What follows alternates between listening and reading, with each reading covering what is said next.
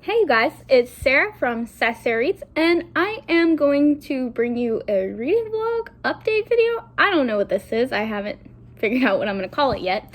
But essentially, I am reading a relatively well-known horror author named Michael McDowell. Michael McDowell has recently gained a lot of traction, I want to say within like the last 15 years. Maybe even less than that. He wrote the screenplay for Beetlejuice and I think The Nightmare Before Christmas as well as Thinner. So he's got some really good movies under his belt and I can totally see those movies in his writing. I have already started reading one of his books and I was supposed to film this before I even started reading one of them. However, I have less than 100 pages left of The Elementals, which I'll show you which books I plan on reading. Obviously, The Elementals, this cover is stunning. It is, I would say, iconic because I know this cover well. I think the first time I ever heard of this book was from Katie at Chapter Stacks, and this was one of her favorite horror novels. And I remember at some point a purse company was able to turn this cover into a purse, which I thought was fascinating, and it always made me want to read this book. And I will give you my thoughts in 1 second. Then I plan on reading Katie, which, look at that cover. The camera does not do this book justice. When I look at this cover, I want to faint. The lines in the artwork, it's just so symmetrical. The color with the lack of color, and then the pop with the blood, it's so stunning. And then the final book I plan to read by him is Cold Moon Over Babylon, which is super reflective unlike the other two, but I've heard great things recently from Jobus89 on Instagram, who is doing the 50 horror books in 50 states challenge. So if you're interested in joining her, check her out. Jolie, what are you doing? What are you doing? Come lay down, Joe. Come relax. I know. You're anxious. You're always worried about something. It's okay. It's okay. You want to say hi to the people? You want to say hi to the people? Say hi. Okay, bye. She's not really into it. Oh, maybe. Hold on.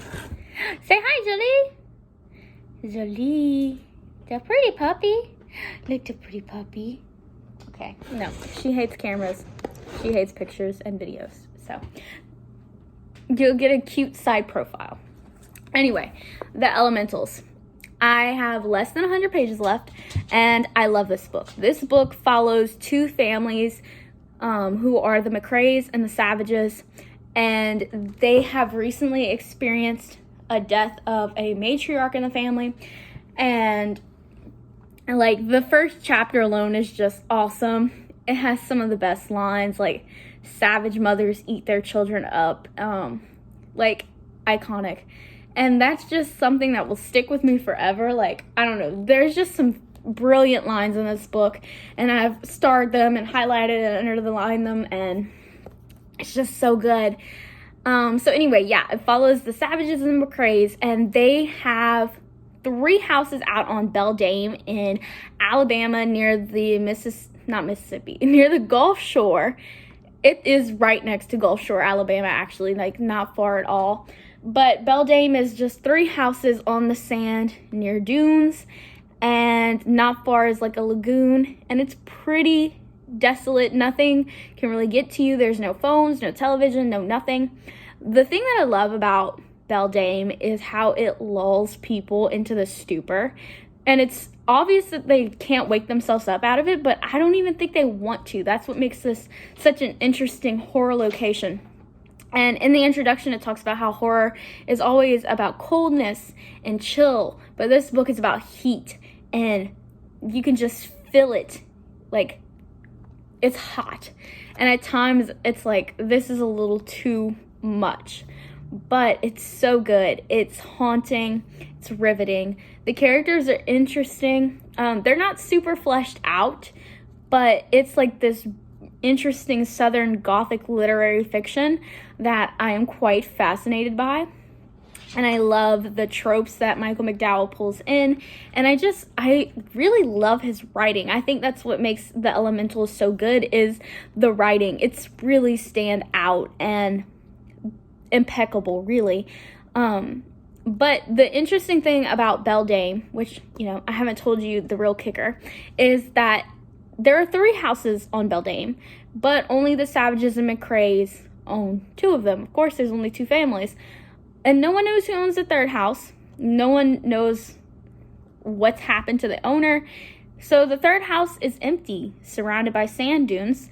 And it seems as though there is a spirit in the house. Not a ghost, a spirit. And as Odessa the maid says in this book, spirits are not necessarily ghosts.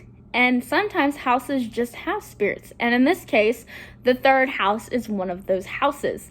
And boy, is it creepy. And I can't wait to finish this. I will keep you updated on my thoughts. But I am excited to find out how this is going to end, because I'm on the climax. Like, I literally stopped right before everything went, I guess, to hell, because it is a horror novel. So are we going in that direction? I don't know. Guess we'll find out. Hello, I'm here to update you. I was supposed to actually film this like almost a week ago, and it turns out I just got really busy, and I just found out that I have strep throat, so that's fun. But I got medicine for it, and I actually caught it within like the first 2 days. So I'm not contagious because I'm going to be on my antibiotics and doing what I'm supposed to do. So, you guys, when you're sick, just go to the doctor. Even if it's like an inconvenience, it's just so important that you catch stuff before it can hurt other people, especially since I teach. I don't want to be contagious of anything and put my kids at risk if they are even a greater risk for COVID, because if they get COVID and strep at the same time, that's not fun. So yeah, I'm at home today, not at work, so that's really weird because I work 5 days a week, and it's just weird not to be there. And I've been laying in bed all day because I have like 0 energy, besides when I drove and took myself to the doctor. But I finished The Elementals by Michael McDowell. When did I finish this? Friday? And it's Wednesday. So it's been a hot second. But I wanted to really take time to process how I felt about it. So, my thoughts. I loved the ending. I loved where the story went. That line, eat my eyeballs. Okay, like, take me out, scare me, horrify me, leave me feeling paranoid, and knowing where this was gonna go, of course. Like, I love how Michael McDowell set this story up, so, like, you know where it's gonna go by what is said, but you don't know if it's gonna go in a horrible direction, just because, with a horror novel where we have spirits involved, it can go horribly wrong. And I feel like in this case, it did go horribly wrong. Like, the ending is pretty depressing and people do die. So if you are looking for a horror novel where people don't just all make it out alive, here is a good one. And I enjoyed it. I love the writing in The Elementals. I think that's this novel's strongest quality. My least favorite aspect of this novel is the inability to connect to the characters, because they're not cardboard, but they just feel so distant. And I guess it's because, like, they're so lush and full of money, and I'm just like this broke girl from the South, and I can't relate to their rich Southern living at all, or even their New York rich living. So it's just weird, because there were some scenes where India would say stuff like, I could never have Odessa clean for me. But it's like, well, there was just all kind of really uncomfortable things with those implications. Felt a little racist, definitely a lot of classist. And of course, this was written, I think, in the 80s, so the racism is going to be prevalent. And I am curious what other people think of Odessa's character in regards to the racist tropes with the magical black character who saves the day. It felt very John Coffey from The Green Mile, if you've watched or read the book. I haven't read the book, but it's one of my favorite movies, despite the implications of John Coffey's character. I love the movie and I love the plot. But in this same case, I love the plot and I love Odessa's character, but the implications are very questionable because we have this black character who is a maid for the family and who has the knowledge to see things, and she can see what is at the third house and what is lurking. And so it just seems very stereotypical and tropey, and even some of the practices that she does handle very much on voodoo. And like, I'm like, y'all are in Alabama, I don't know like how much she knows about voodoo, but like it just seemed a little much. Normally I am questionable whenever a black character does voodoo in any book because there's always a stereotype involved and it's just not accurate to the culture or the people. And as someone who knows people from Louisiana who do practice it, it is just, it's interesting, and it usually leaves a bad taste in my mouth even since I've been a kid, because it's just, there are implications here that go a lot deeper than what we realize in the horror genre, and I think that that's a conversation for like another day.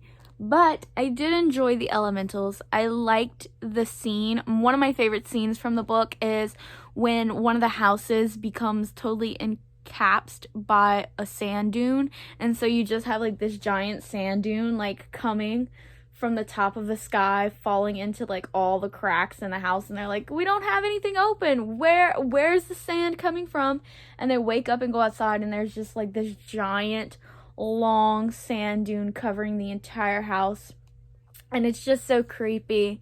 And I love that scene. I was like, ooh, this, like, if you don't like sand between your toes, you're like not a big fan of the beach, like this book will make you feel icky because sand is everywhere. But I really enjoyed this one. I'm not sure if I'm gonna pick up Katie yet. I read another book as like a palette cleanser because I didn't want to rush into another one. So I'm not sure if I want to do another palette cleansing book or hop right into Katie, but I will let you know once I dive into that one. Bye. Hello, it's Sarah, and I'm back with an update on Katie by Michael McDowell. I am really enjoying this book. I don't love it as much as the Elementals, but before I tell you my thoughts, let me tell you what Katie is about. But first, let's take a second to admire this cover. Like, yes, please, thank you, Valancourt. You do a great job at republishing these horror novels. Keep it coming. I one day want to own all of Valancourt's collections because they're so cool. And I just think that they put such care in their packaging with the cover and everything they do. So that's been like my favorite find in 2020 is Valancourt, and 2021, because that's mainly when I started buying them, but 2020 was when I discovered them at the very end of it. So Katie is about a girl named Philomela Drax, she goes by Philo. She lives in a town in New Egypt, and her mother are super poor. She lives with just her mom. Her mom is a seamstress in town, and they are pretty much like down on their luck, about to lose the house. Times are really bad. And then they end up receiving a letter from Philo's grandfather, who is estranged for reasons I will not spoil. And he ends up saying, like, listen, I'm being held practically captive by this family called the Slapes, who have married into my family and killed my son. I'm pretty sure they want to kill me, and they have this daughter named Katie who is super scary, and I think they want my money and my property. And it's just up to Philo to go down to Goshen and save him. Of course, things don't go as planned, and it becomes a cat and mouse game of Philo versus the serial killing family, the Slapes. and it gets wild, especially when we're in New York and Katie, she has interesting antics because she is a fortune teller, and she can do this thing where if she touches you, she like knows everything there is to know about you. Like, it's really creepy. But she starts killing women with a hammer, and I won't spoil what the father ends up doing, but it's very John Wayne Gacy. So I'll put it to you like that. Like, this family sticks together, kills together. It's very creepy and unsettling. But I've been enjoying this, especially since it's a historical novel. So it's set in 1870, and it definitely feels old, like a historical romance kind of. It definitely reads like a gothic romance, which I'm enjoying. There is a little bit of a romance, although not really, because he only like shows up every couple chapters, but I'm pretty sure they're gonna end up married because, you know, we gotta have a nice happy ending. That's my prediction. Will I be right? Probably.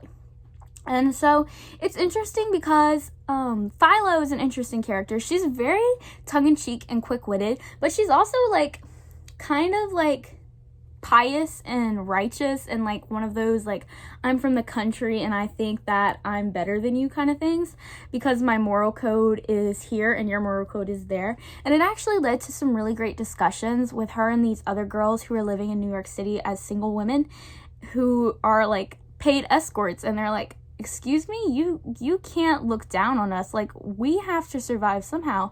So what do you suggest? We work until we die in a year? Like, so it's just a really fascinating conversations, and something I've never come across in a historical, much less a classic. In terms of racist content, this one doesn't have a whole lot, which is good. There are some instances that were questionable, like there's just 2 things, or maybe even 3, that I think could have been completely edited out. And this is like what I've noticed with some classics, is they'll say these really offhanded racist one-liners, and it's like, if I took that out, this would not change anything. One of them was how Katie encountered a black person for the first time, and I was like, that doesn't need to be in here. Take that out. Then at one point, Philo referred to herself as like a black child who could be in a museum, and that I thought that was questionable because there's been no hint that Philo is anything but a white woman. And then at one point in New York, when she's at an apartment, the apartment owner calls her a monkey. So I am very concerned by these racist overtones, and I'm wondering if Philo is a black character who is not written to be, but we have these few underhanded racist comments about herself and others that make towards her. It's very confusing because nothing about her gives that acknowledgement that she is black. So it just seems like really racist one-liners that don't need to be in there. And so that's the only problem I'm having with this. But this book was published in the 80s? 1982, so it's been a while. Though when I was reading this, I came to a conclusion about the elementals, which, let me grab my copy real quick so I can tell you. Okay, this is an issue that reading this novel brought up to, like, made me think about. So in this novel, there is a woman who is not even a character, but she's like this presence of evil, and it is what's her name? Delia, what's her name? India's mother. India's mother is never given a name, but she's always called like that bitch or that woman. And I thought that was super degrading. And I guess reading this novel, where I have this interaction with Katie and Hannah, these 2 villainous women who don't really have a lot of personality. He even writes them not to have personality. Literally, it'll be like, the Slapes are so forgetful that they don't even reflect on their own past. I'm not even kidding. Those are literal lines in this book. And I'm just like, why though? Like, why do these women need to be villainized in this way? What does that do for this story? They could have completely cut out the mention of India's mother and it wouldn't have changed anything. And then if they would have added a layer of something other than Katie's creepy fortune-telling psychic stuff, it would have added a layer of, like, fear. Like, oh my gosh, Katie is a really horrifying, manipulative, cunning woman. But really, it's just, like, the only thing that makes her cunning and capable of killing and getting away with it is the fact that if she touches you, she knows everything and can tell you stuff. And it's like, okay, but, like, she does this thing where she'll literally, like, touch you and then be like, you're going to die on the 15th. And then someone will be like, today is the 15th. And she'll be like, yeah, I know. Pop. And it's like, but, like, is that really being a psychic, though? Because if you're planning to kill someone, you're not really proving that you know things. But she really does know things, because, like, she'll just know, like, when your birthday is and, like, when the last time you, like, had an affair with it's weird stuff. But that was just something I noticed. It's just a slight nitpick when it comes to Michael McDowell, I guess.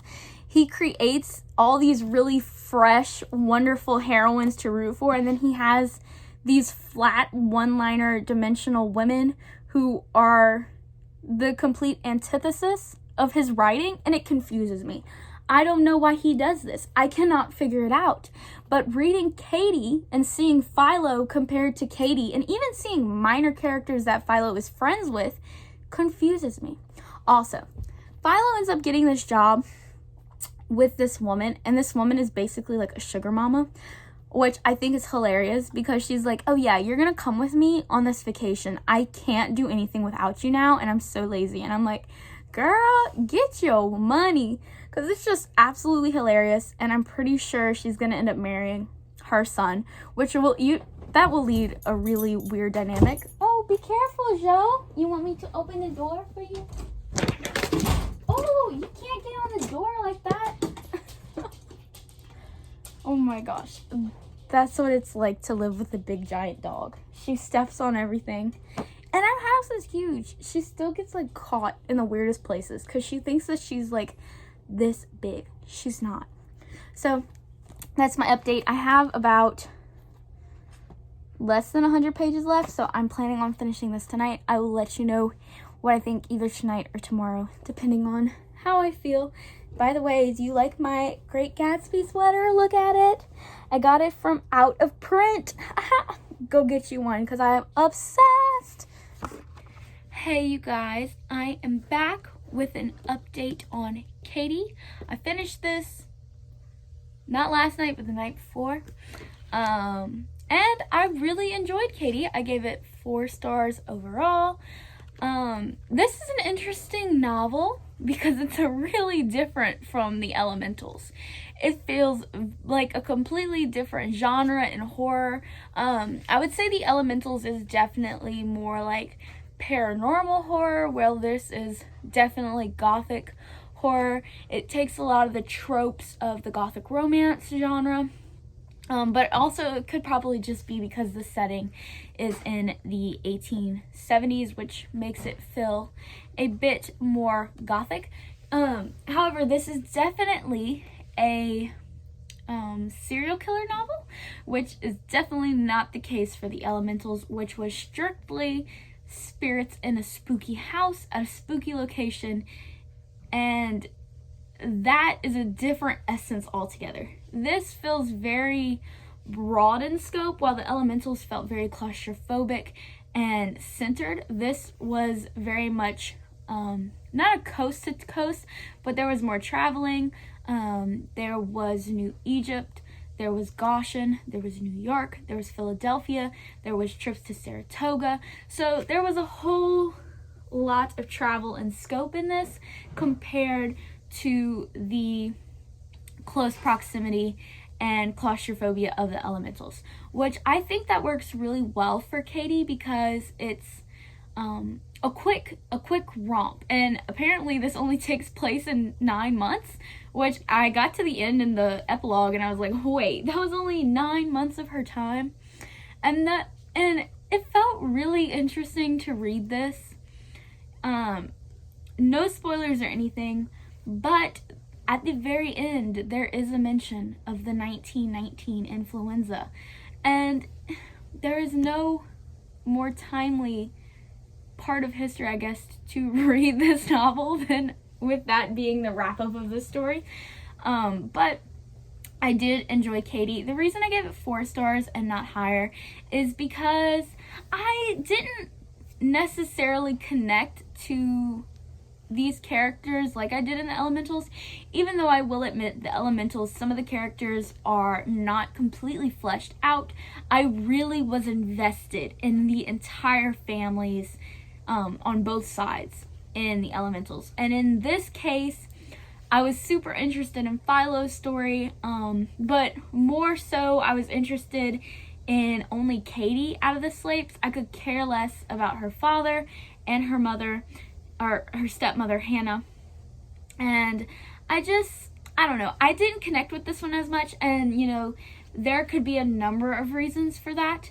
But I do normally not rate Gothic horror 5 stars. Normally when I read Gothic literature, it always ends up in the 4 to 4.25 star range. So I'm not surprised that I only gave this 4 stars, just because that's normally where my taste lies and falls. But I'm super glad I picked this one up. It's been a long time since I've updated this Michael McDowell reading vlog, like almost a month since I finished Katie in February. So far, these 2 have been read. Last night, even though I'm supposed to be reading All Women for March, I was like, I want to read Michael McDowell. So the glare with this cover, there's gonna be some glare. Okay, I'll try to hold it like, I don't like, there's a glare with this cover. Okay, so I started reading Cold Moon Over Babylon by Michael McDowell last night. Here is the spooky cover. I don't know, can you like see it if I hold it like this? Maybe you can like see it without the glare. Gosh, everywhere I hold this book, any video, there's always like this reflective glare in it. So I started reading this, read part 1. Whoa,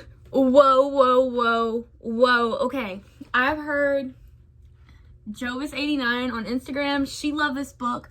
I think she read it in like January, and I've heard like other random people mention it and recently love it. And what? This is so good, you guys. It follows this city called Babylon, which, oh my god, so much cool things that we can break down with like the names of places, which I noticed Michael McDowell did in Katie with the town of Goshen and New Egypt, which is interesting because if you like know anything about the Old Testament, Egypt was where the Israelites eventually end up, and then they end up being persecuted and put into captivity. But if I remember correctly, when they come out of captivity, one of the places they land in is Goshen, which has historical roots to Abraham, if I remember correctly.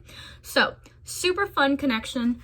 Also fun connection here, Babylon. If you're familiar with the Old Testament, Zion is what Israel's referred to, and Babylon is what the prophets referred to as. Not only was it a city and a group of people, but they were always made in reference to like the most sinful people, the people who would sacrifice children to false gods and do all kind of other crazy stuff. So if we go in that route, Babylon's probably gonna go in that direction, which makes me really excited because it's just smart to name your town that has like that biblical little twist to it, although I don't feel like most people know or even care, much less recognize that. But anyway, it's fascinating. And then there's also some great Greek mythology imagery. They're next to the family who lives on this swampy marsh in Babylon. There's a river called the Styx River. And like, it's been a long time since I've done any reading in Greek mythology, but if I remember correctly, when you travel in the Styx River, and if you look behind, you like end up not being able to cross back, right? Like you have to stay in the spirit world. Was that a story? I feel like it was, but I can't remember. I feel like it was. Anyway, Styx River super creepy. The prologue, good, because we immediately have these two characters die, and it sets up where this family's life goes and trajectory. And like there's so much snake imagery, and I just feel like these snakes are gonna like play a huge role. I mean, if I'm looking at the cover, and then I'm thinking about Babylon, what that means contextually. So I'm excited. It's not really a spoiler because like it says it on the back, but huge trigger warnings for the first part of this book, and I'm sure more scary stuff is gonna come. But in this book, in the back, it says that Margaret Larkin, who is the 14-year-old daughter of the grandmother and the older brother, her parents are the ones who died in the Styx River when they were fishing. She ends up being attacked, and it's very graphic, you guys. Like, horrifyingly graphic. She's attacked by a man in a hooded mask, and that's like in the first 20 pages, so it's not a spoiler, but huge trigger warning. It's graphic to the point where like nothing is left out. It's much more violent than these two books so far. Like, the Elementals had some gore to it, but I feel like the gore was low, and it was more like suspense and eerie. Katie was definitely more like blood and guts because they were serial killers, but this is like serial killers, but like it just, there's like this evilness to it because he like chains her to the bike and then he throws her into the river, and it's just like you can tell that her innocence being taken in such this way under the Styx bridge and then being sacrificed or thrown into the river is going to awaken this evil in the town. That's my prediction. That's what I think is going to happen. I'm excited to read this. I'm loving it.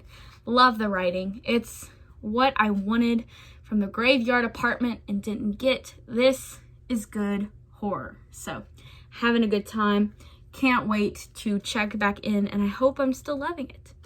All right, so will I be able to film this clip? Who knows? My dog was out here a minute ago, and then the neighbor's dog decided to come and plop itself at our fence next to where Jolie was sitting by me, and so, you know, they like to fight each other.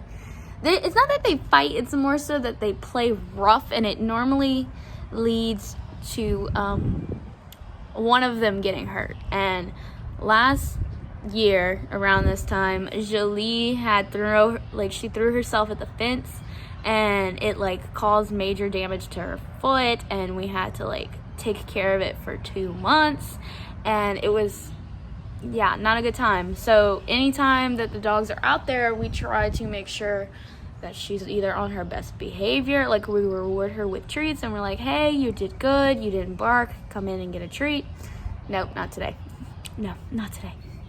Today she chose violence. So anyway, I was sitting out here and we were enjoying. Oh no, do not throw yourself up against the door trying to get out. Yeah, that's what she's trying to do. She's trying to make her point known. Anyway, so I was reading Cold Moon Over Babylon. It's been a while since I updated you guys, but you would be unsurprised, I guess, by me enjoying this book. Cold Moon Over Babylon.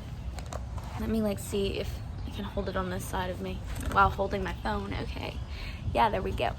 This is really good, and I want to talk spoilers, so this is probably the time for you to leave. Come back when I don't look like I'm outside. Skip ahead, okay? Skip ahead. So, I want to talk about spoilers, because I just want to talk. I want to process verbally what I'm reading. So, when it comes to Cold Moon Over Babylon, we have some interesting things occurring here. last time I updated you was after I had just finished reading part 1, and I took a month-long break from it because I was very traumatized by the way that Margaret was murdered. And this is my second or third day picking it back up. And so far I'm on part 5, 126, page 126. So, we made really good progress so far. However, I have thoughts, of course, and they're good thoughts because I love Michael McDowell. And I feel like this novel is solidifying it. And it's also solidifying that I really vibe well with Southern Gothic. I've never vibed well with the Gothic genre. I like the Gothic genre to an extent, but I always want to like it more than I actually do. But there's something about Southern Gothic books that I just tend to enjoy more. For instance, and it's windy outside, listen. This is not going to be like CoverGirl hair. Not right now. It'll be more like America's Next Top Model wind blown on a roof hair. So, my thoughts. Let me collect myself. Okay. So when it comes to the killer, it becomes very apparent, I think, either in part 2 or part 3, when Margaret's grandmother, Evelyn, goes to the bank with Jerry.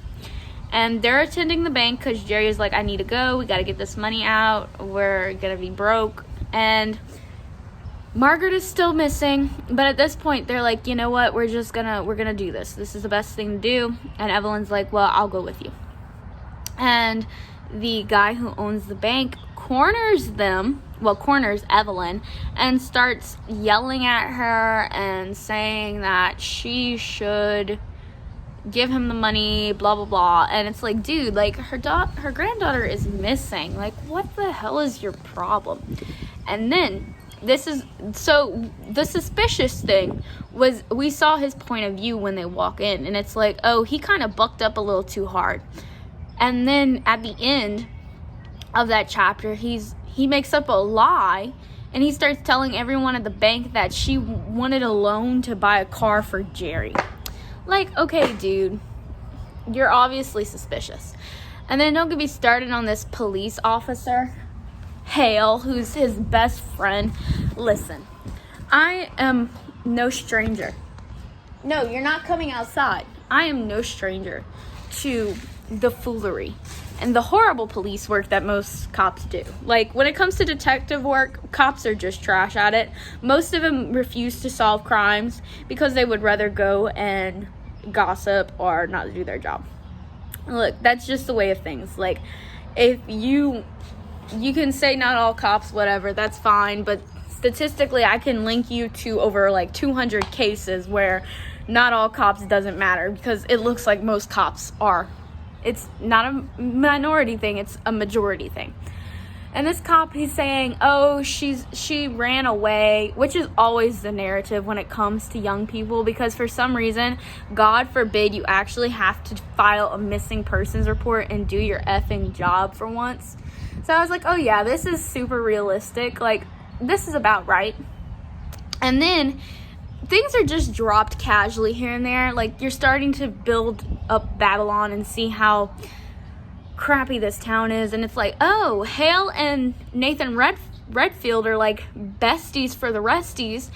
And no wonder Hale isn't going to look for her, because he's probably unbothered, right? He's covering something up for his friend. That's what I'm sure of.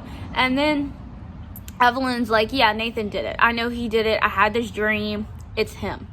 And I was like, I support this. And then her just way of connecting everything, especially at the bank, I was like, Evelyn Larkin is the sleuth extraordinaire that we all need. I was like, yes, queen. Most people can't put 2 and 2 together, much less cops. And if they are putting 2 and 2 together, it's covering it up to save some other rich white guy's butt, which is exactly what's going on here. I'm telling you. And then the juicy thing. Oh, wait. We end up cutting at one point to some random tree where people, it's a historical tree, and they can't decide if the Native Americans killed the Spanish, or the Spanish killed the Americans, or the Americans killed the Native. It's all kind of stuff. They want to make it a historical document, artifact, and put up a plaque, but they couldn't agree on it. And you would probably think, why is this relevant? Well, it is relevant because everyone thinks this tree is haunted, right? Guess who's laying under this tree doing the do? The cop's teenage cheerleader daughter, Belinda Hale, with Nathan Redfield. Tell me the cop would be okay if he found out his nasty 40-year-old friend is bopping his teenage daughter, who's a cheerleader. So obviously, Nathan is a pedophile or a hebephile. It doesn't matter. And I suspect that Nathan is the father of Margaret's child. Oh yeah, I didn't mention that. Margaret was pregnant when she was murdered, 4 months. So, I don't think it's Warren Perry. That would be too easy, you know? I'm like, no. And the reason, you're probably like, well, why would Nathan want to kill Margaret? Why would he kill this 14-year-old girl? Well, because there is oil under the Larkins' property. It's like giant oil. And if he can tap into that resource and he can get rid of all of the Larkins, then hello, easy payday. Especially since his daddy is like holding off on the oil field because he is punishing Nathan. And I'm just like, yeah, now that we're like getting these little subtle sprinkles of drama, I'm like, yeah, now we know why this clown is such a disgusting POS. Now, here's my theory. I'm starting to wonder if Nathan Redfield like actually carried out the act or if he hired Hale to do it for him. But I don't think so. I think Nathan is just disgusting enough to degrade a young child in the way that he did. So yeah, that's where I'm at with Cold Moon Over Babylon. Obviously, it's a 5-star book right now. It's really good. It's really juicy on the Southern drama. And as someone who lives in the South, like, I can vouch for these people, small town living. They're just as horrible as you think they are. So yeah, I just also love this cover. It's fantastic. Oh, I didn't mention that Margaret, her spirit, her ghosty, is coming back from Babylon, the Styx River, and she is torturing Nathan. So I'm like, yes, I hope he dies a slow and painful death, and I hope she's the one to do it, because that will be justice. And I feel like Michael McDowell usually delivers on a good ending. Like, he pulls it together. So I have hope. My also hope is that I can finish this tonight, but we know I never follow through on my promises. So we'll see. Girl can dream. And yes, look at Jolie. You guys want to see her in the house? She's like trying to attack. Can you see her? I'm not helping with this angle. Okay, let me see if I can show you her. Oh no. Oh no. There she is, looking to start a fight with a neighborhood dog. Drama. Can you imagine that that's just your life, starting fights with other dogs? The drama of being a dog. Hello. It's the next day. I took a nap earlier. My sinuses are so bad today, you guys. I woke up and I couldn't stop sneezing, and I took allergy medicine, and I ran some errands, got some stuff done, and when I came back home, I was like, you know what? I think I'm going to go and take a nap and shut my eyes. And I slept for like 2 hours, and my headache went away. So it was well needed. I edited a review and uploaded it. Not a review, a video. And then I uploaded it. I do miss writing reviews. I need to get back into that, but it's so hectic right now with school and everything. So this summer, I'm hoping to really hammer those out. But on Cold Moon Over Babylon, I read a large chunk of this since I last updated you. Where was I last? I think I was on... Oh, I read like a lot since I last updated you. It's been a hot second, I guess.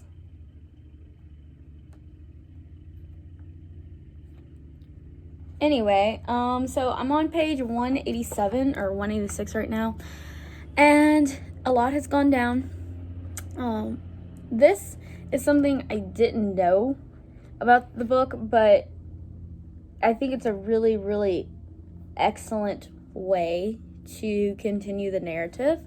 But at some point, I'm not going to spoil like what the big thing that happens is. At some point, our main characters are no longer the main characters, and it completely shifts to Nathan Redfield. Like, he's now our main character. It goes between him and Hale.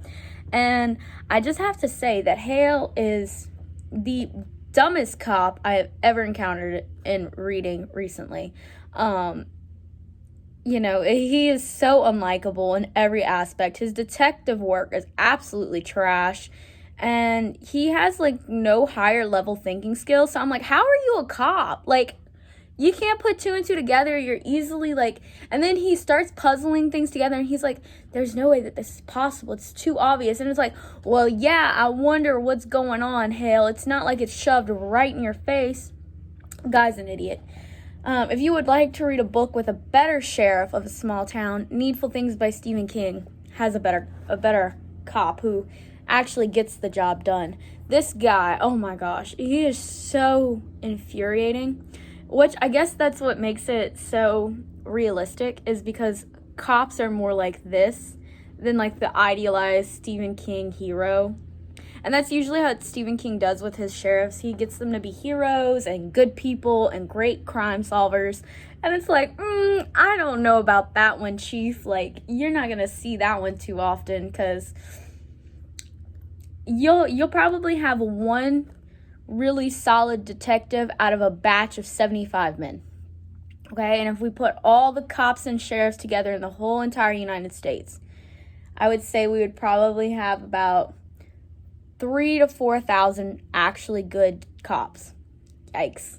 Low percentages. And even that's probably highballing it. But yeah, it's just really frustrating because this guy is so incompetent. And he even has this one moment where he's like, there have been a lot of crimes and murders that have occurred here. And while retribution wasn't always done and justice wasn't served, I understood the motives behind the murders. So what you're telling me is that this cop basically doesn't arrest people and allows murders to be marked as unsolved because he understands and sympathizes with the motive. Okay, yes, so I'm just ready to watch Nathan Redfield get got by Margaret's ghost. I want it to be bloody, and I want justice for her. Because obviously the actual justice system is not going to avenge her very brutal and degrading death. We also find out that the baby is not Warren Perry's. It is Redfield's, Nathan Redfield's. And it turns out that it's the reason why he decided to kill her. Because Margaret... Oops, sorry, I kicked a bowl. I had like a bowl of chips here, and I just kicked it. Anyway, Margaret is a girl who sticks to her guns. She was like... And I love this. She literally told him, she was like, if you can get me pregnant, then I don't see why you can't marry me or support this baby. I was like, yes, girl, you let him know. If you can do the deed, you should do the actions that follow. And apparently he didn't want to hear that. And he really didn't want to hear that when it came to realizing, oh, I only like young women. That's what he calls them, young women. And he says he has no use for anyone after the age of 17. For sexual reasons. Guy's disgusting. I was like, just say you like children. Just say you like prepubescent girls. Just say that you like girls who've reached puberty but are mentally and psychologically undeveloped or underdeveloped, and you like to control them and manipulate them. And like, he straight up raped her. Like, their sexual encounter wasn't even like a seduction of sorts. Kind of like how in The Devil All the Time, that creepy preacher was seducing the girls, but really it was statutory rape. This was just straight rape. He was like, he got her drunk and then raped her. And it says that, like, I appreciate that Michael McDowell does not try to romanticize what happened to Margaret. He straight up says it was rape. Call it what it is. It was rape. And Margaret literally was so ashamed after that she went go throw up. And, like, my heart breaks for Margaret because it's, like, the last moments of her life, like, those last 4 months, maybe 5, were just absolutely horrendous. And she was put in a position by a man of power who had no business putting himself into her life. And it's heartbreaking because, like, no one in this family deserves what happened to them, like, at all. All right, I will finish this. That's the goal. We're almost done, you guys. We're getting into the thick of things. So I will update you when I'm done. Okay, I am back, and I have finished Cold Moon Over Babylon. It ended wonderfully. It was exactly how I wanted. I appreciated how Michael McDowell made it very psychological with Nathan Redfield. Was he losing his mind? Were these hallucinations? Or were the spirits coming back from revenge after being murdered? Were they going to get their justice? And the answer is yes. If you don't want to be spoiled, I'm going to read, like, the very last paragraph. So, like, go ahead, like, maybe 30 seconds.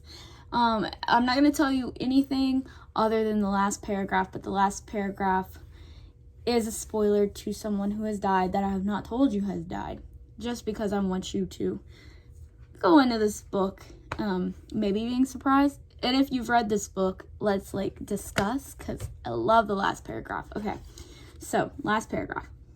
However, no one could tell how it came to be that when the county coroner pried apart the tight, rotting fingers of Evelyn Larkin, he found Nathan Redfield's severed ear resting on the blackened palm.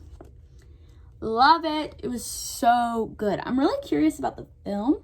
I think that this is one of the only books that Michael McDowell has written that has a movie adaptation. So I want to watch it, see if I like it. I don't know if I'm going to watch it now or later, but the idea is up there now that I've read this book, and I really loved it. I'm going to give this one 5 stars. What's not to like? Southern Gothic, small town, crazy violence, menacing, dark, haunting ghosts who want revenge, and an overall good time.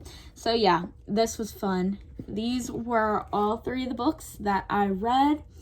Is Michael McDowell an author you should read? Yes, he definitely is. He is an author you definitely need to read. He is an author who is quite expansive. He has got straight up paranormal haunted house horror.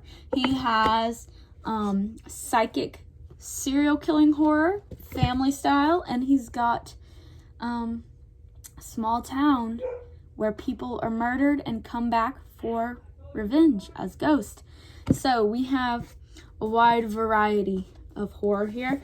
I think if I were to appeal to you and say which one may be the route for you, I would say the Elementals is definitely the scariest out of the 3 that I read. Like, genuinely terrified when I think of sand and how it just gets everywhere. Terrifying.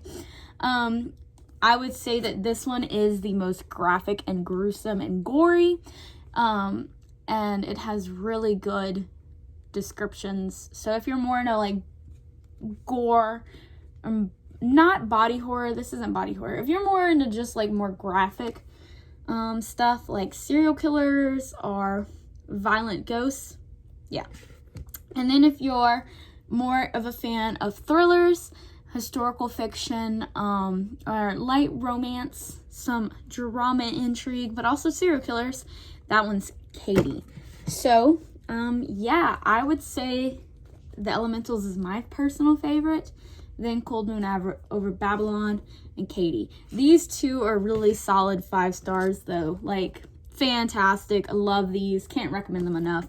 And while I do really enjoy parts of I'm looking at my book by Courtney Summers, Katie, while I enjoyed parts of Katie, there are elements that are lacking and it leaves a lot to be desired. But overall, this has been a really fun journey over the last 4 months, because it's April and I started reading him in January. And I've enjoyed it. I thought it was worth it, and I will be buying more Michael McDowell, and I'll probably do another Michael McDowell vlog in the future, because why not? So let's talk down below. you love Michael McDowell? You hate him? Are you excited to read him? Let me know. Let's talk. Also, all the editions I have are from Valancourt Books. You can get these on Amazon, on Valancourt's website. I've never actually seen any of Valancourt's books at any of my bookstores that I attend, but I live in Louisiana, so maybe if you live out in other cities, you'll have a better shot. So, don't forget to subscribe. Bye, you guys, and happy reading.